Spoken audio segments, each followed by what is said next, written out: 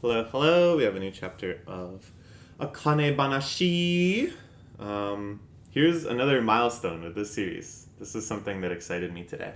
So, on Android phones, if you just open up Chrome and you scroll past your frequently visited sites, it'll just recommend a ton of recent articles to you.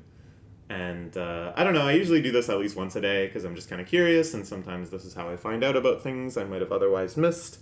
But I also am my own worst enemy with it because something that it always feeds you is kind of like spammy, clickbaity listicles and just stretching out of the most banal pop culture news or like quizzes. And in my own weakness, I end up clicking on these pretty often. Usually, I wouldn't say so much it's like a hate read, because it's not like I hate that these exist. It's like whatever. They're just trying to make money.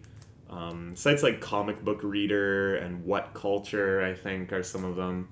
But I'll usually click ones that are like, top 20 shonen protagonists that didn't deserve the awful fate they were given. And I'm like, all right. And then, I scroll through, I note in my mind, this isn't accurate, and I go, I disagree with this one, I disagree with this one.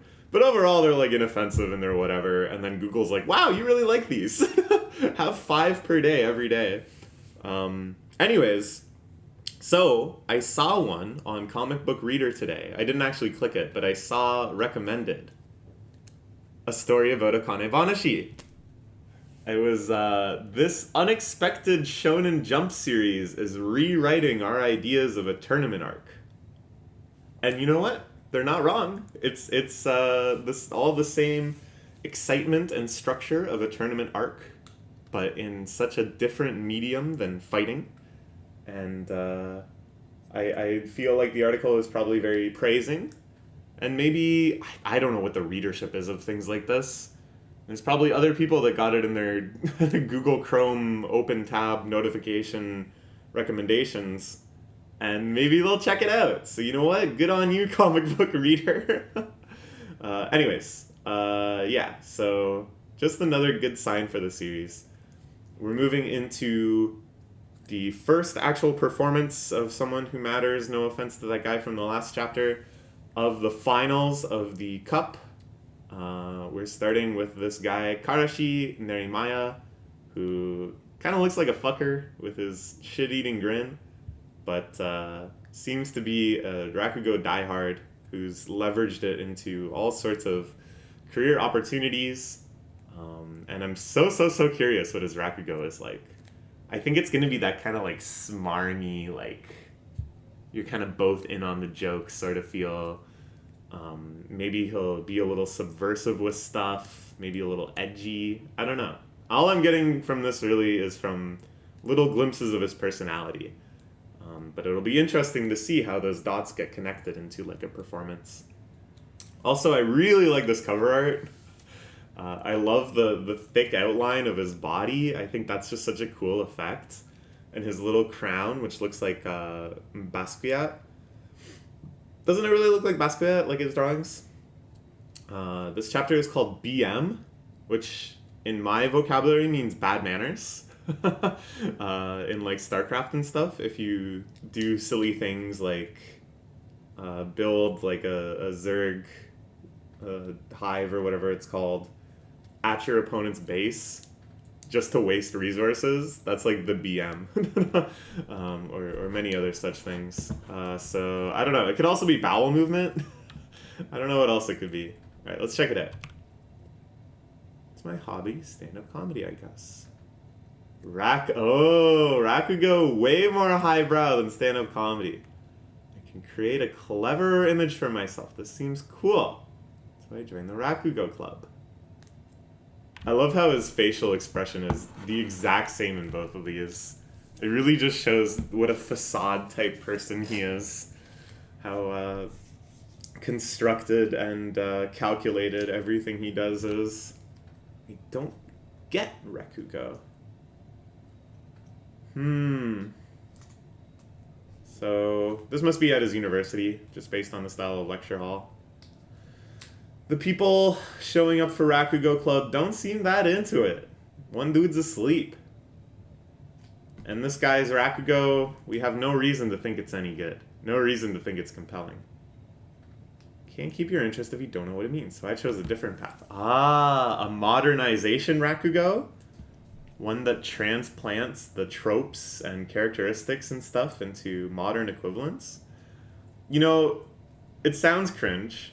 And like 80% of the time that people do stuff like this, it is cringe. But I've seen some stuff. I saw a performance of Midsummer Night's Dream that was like modernized. The actual dialogue wasn't modernized, but the way the characters like dressed and the way they spoke was very much like parodies of contemporary equivalents of those characters. Like, what's that guy's name? The real fuckboy. They made him into like a fuckboy. He wore like hype beast clothing and had that kind of like aloof, dismissive attitude. The one that Helena is into, but he's into Hestia. Not the one that's into Helena and nobody's into him. Lysander? Anyways, it doesn't matter. Just impromptu quizzing myself on Shakespeare names. But I really like that one, and I thought that was a good way to do it. That it wasn't like changing the parts that are kind of more immutable and timeless, but instead changing the parts that like, you know, like you can't just see someone dressed in a certain way that means something in Shakespearean times and then figure out what that must mean just by looking, right? Not in the same way that you can just listen to the words and figure out what it means. But yeah, I don't know. I thought that was cool. Let's see. I might be totally wrong. This is my guess, though, of what he does. He's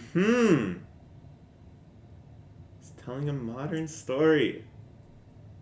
Big lab at a big university. Graduate student is about to reveal his research before the professor. And then he does, like, nerd voice. And that concludes my presentation about the environmental problems of managing livestock. To sum it up, my research is streamlining and synergizing the next paradigm shift and could be disrupting the next big game changer. That was my nerd voice. The thing is, though, that sounds so interesting. The environmental problems of managing livestock, that's one of the major crises facing the world today. The amount of resources we spend on raising cattle is astronomical. They, like, drink as much water as we do, you know, in totality. Maybe that's not true. But they drink a lot of water, and they take up a lot of space. And you need to use a ton of other resources to actually process them into meat and dairy. The massive, massive environmental problems. And people a generation from now will be appalled at how cavalier we were about just like, oh, well, of course we just need to make more cattle if people want more beef. What else are we gonna do? Not give everyone as much beef as they want all the time? I'm getting distracted. But if there was actually someone's thesis on how to be more environmental in managing livestock, and it wasn't just less, I would be so curious, because I think the only way forward is less.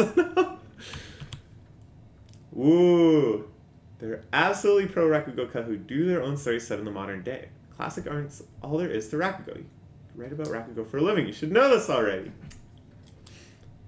So this is what I was thinking. It's a modern adaptation. It's still a classic Rakugo story, I think, is what they're gonna get at. But he's just kind of changed the subject matter so that it's relevant.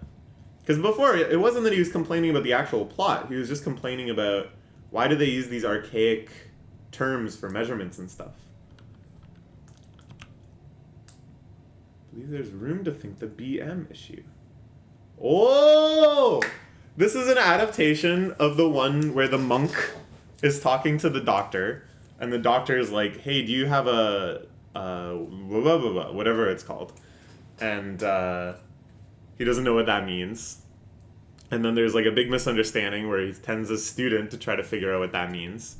And the student is so embarrassed to tell the monk that he tells the monk that it's like a teacup. Remember, this is in a previous chapter. This is now impromptu quiz myself on Rakugo that I learned earlier in the series. He's like, yeah, it's like a tea set. And oh yeah, I love those. I have several of those. And then of course it turns out to mean flatulence. So here, BM is bowel movement. And what it's talking about is that another major problem with herds of cattle is that they fart and they poop. And in doing so, they release methane gases, which is a pretty brutal greenhouse gas, into the atmosphere. Now, I don't know what ratio of contributions to global warming and greenhouse gases and all of that we can attribute to cows versus like shipping vessels and stuff that burn like diesel. There's a lot of questions that I have whenever someone brings up the farting cows thing. I'm like, how much do they really fart? But this is funny. This is relevant. I like that it actually fits in with the subject matter. He didn't even understand what BM means. I see it's gonna be the same misunderstanding. Also, let's take a look at his actual Rakugo. Because, I've praised so many times how I'm gonna go back a page even and look for other. So yeah, at the start when he's just doing the intro, there's not too much here. But here on this page, it really starts bringing out his delivery. And I love the faces he's making. I love how this is impressive. The character here of the researcher that's trying to bluff that he understands what BM is. He has multiple facial expressions for this one character. It's not like each character is locked into this like mono personality playing their role, but instead each one has like a range of emotions that they're going through within the story, and that he can shift from emotion to emotion while it still is clearly that character, and not, a different character. And in the manga, this is well depicted with like the speech bubble shape, and then kind of casting these ones where he's in doubt in darkness to emphasize like the emotional quality. And of course the manga needs to do this sort of thing to compensate for the fact that you can't actually hear him speaking. So I'm sure he's doing a lot with his voice to infer this as well. Impart this. But I don't know, it's really, really well done in the context of the manga, and it makes you appreciate how good he is, right? Like, you feel like, wow, good job, fictional character, which is the kind of feeling you want to have in these sorts of performance-based, artistry-based mangas, to really appreciate them. Yeah, here we go. Practice graduate student is unable to admit his own ignorance. Doesn't know what BM is. Pretends to understand, but once he's alone, he's desperate to research how it relates to his research. The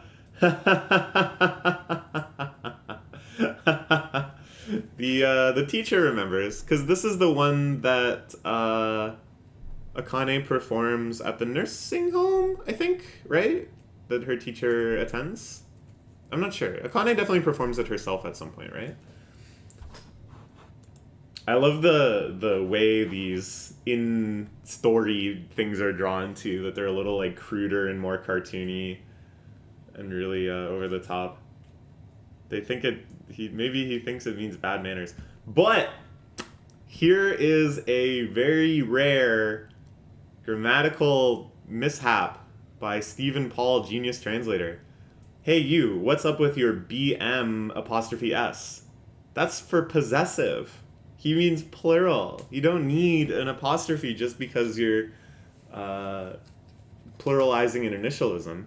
Now, of course, it looks awkward because it would look like, what's up with your BMS? Like the file format for third-party 2DX clones. And he's like, what? Just because I'm not BMS Kaiden? Because that's fucking impossible.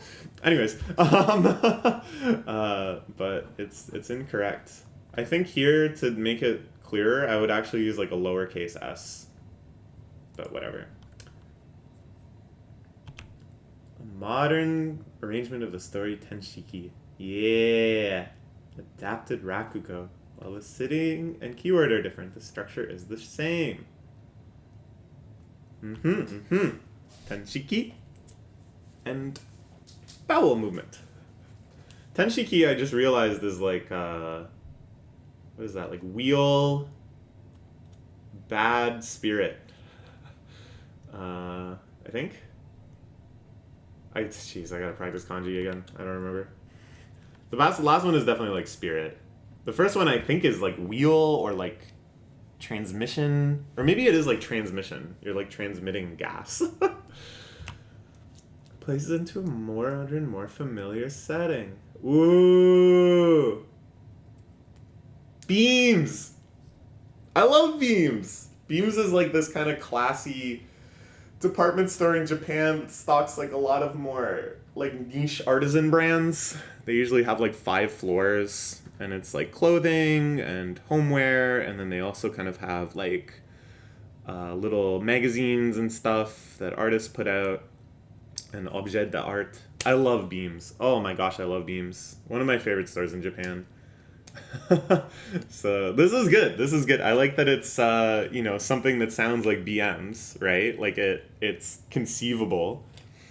I like how silly it is, though, that he could possibly think his research has something to do with beams. Good. I like it. Very clever. But yeah, man, I just want to go back to beams now. I just got beams on the brain. Term BM, of course, means bowel movements. It's a Rakugo that's specifically designed to be a hit at the Karaku Cup Finals. What do you think of these laughs? Do you hear that, Isho Arakawa?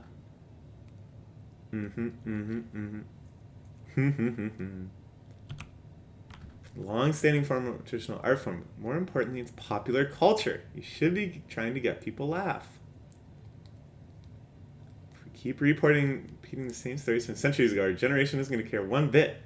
Taking the old traditions and remixing them to suit the ear of the modern audience. All I love is the DJ booth taking out Tenshiki from the old school classic section, slapping it down on the wheels of steel.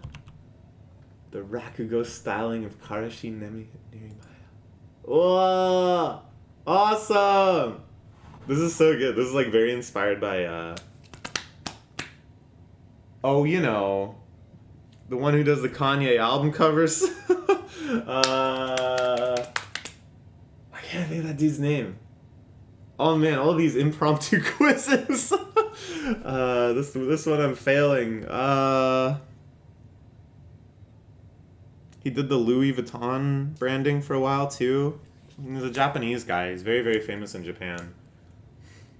Anyways, this is kind of a little homage to him, I think, as someone who's like a remixer of classical iconography and stuff.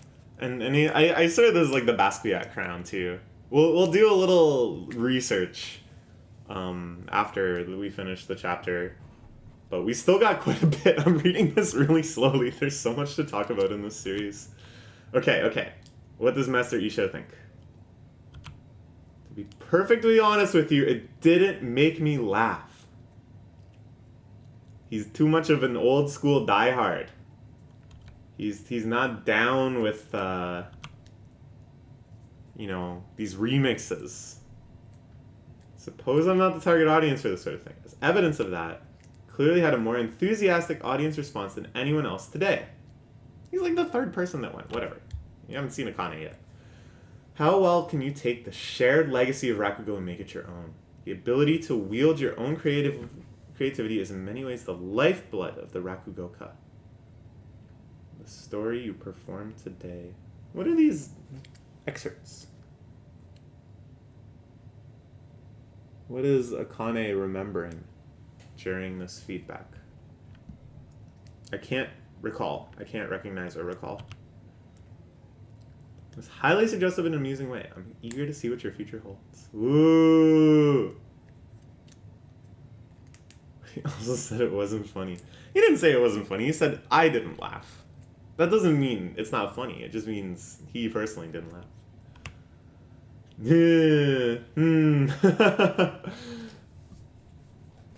Hmm. And then he directly, completely attacks Akane. If you're just rehashing a classic without a creative angle, you can't possibly beat me. This is interesting. Because now this has created like an entirely new ideological battle where basically he's saying the old style of Rakugo, the old stories told unmodified, aren't popular anymore. They won't make people laugh. People won't get what they're funny. And Jugemu is a classic of all classics. And Akane too, this is her mission, is to bring out the meaning of Jugemu, right? But like his entire thesis is people can't understand the meaning. There's no way to convey that to them. The time gap is just so huge. So I don't know. What's who's gonna be right about the future of Rakugo? It's gonna be Akane. But I like this. I like that they're layering kind of the personal and the ideological and kind of the artistic interpretation. All of these are coming to a head simultaneously in this one showdown. It'd be a tough hurdle for Akane to clear. In terms of skill, he's not that much different from the other students. The way he adapts classic Rakugo makes up for his lack of training. Seems like today's audience prefers the curveball over the classic. He's going to praise that adaptation. Exact sort of thing he seems to hate. Ooh. Doing that story of all things. Okay, this is interesting, because I feel like... So here we saw one path forward for Rakugo, which is remixing, reinterpretation, modernizing. I think with Hikaru, we're going to see another path, which will be like the celebrity performance almost, like the stardom of the performer, just their like power, sort of like their ability to. I don't know. I'm just thinking because she's like an idol, right? Because she's like a celebrity in other ways. She's a voice actor and stuff. And it's going to be kind of like Akane doesn't have either of these things. How will she still win? But what story will highlight that? Oh, they don't even tell you. Okay. I'm really excited. Unfortunately, I'm going to be in Spain next Sunday, so it'll be a little while before we can read the next chapter. But please look forward to it. Oh, and let's see if we can confirm or deny. It's like not actually that similar. I thought Basquiat also had the little like pops coming out of the. That's what I was thinking of though. It's kind of similar, and what's that guy's name? What's that guy's name?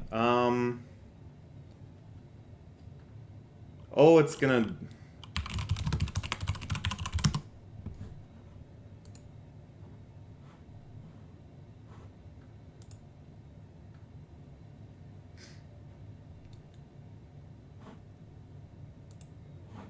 Takashi Murakami. Man. But yeah, if you look at his work, I think that spread of Karashi, it's kind of a reference. I don't know. The examples they give on Google Image Search, like, I don't know. Just kind of the blobby, semi-grotesque, the kind of cute grotesque. His stuff is pretty amazing. Like, a lot of people just only know him from, like, Kanye album cover, Louis Vuitton branding, and then these, like, flowers. These flowers are super popular. But stuff like this is where I think it's like, whoa. you have visions. He's, like, reminiscent of Shintaro Kago, I think, in just being able to make these, like, really psychedelic hellscapes. This is cool, too. The kind of adaptation of, like, the 3-panel. And they're usually, like, sumai Sumi A, sorry. I got the vowels backwards. Anyways, we've talked for long enough. Okay, bye-bye.